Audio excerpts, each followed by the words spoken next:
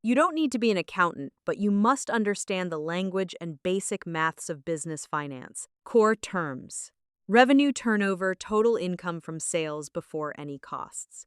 Cost of goods sold, COGS, direct cost of producing what you sell. Gross profit equals revenue. COGS, operating expenses, rent, salaries, marketing, software, etc.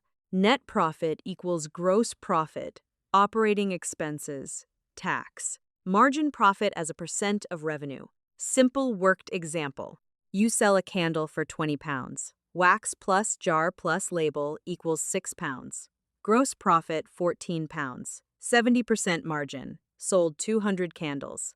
Revenue 4,000 pounds. Gross profit 2,800 pounds. Rent, ads, packaging 1,500 pounds. Net profit 1,300 pounds. The three core statements: profit and loss. Profit and loss. Did you make money over a period? Balance sheet, what you own and owe right now. Cash flow statement. Actual cash moving in and out. Try this. Pick a real product or service and calculate its gross profit and margin. Is it healthy enough to support marketing, overheads, and a salary?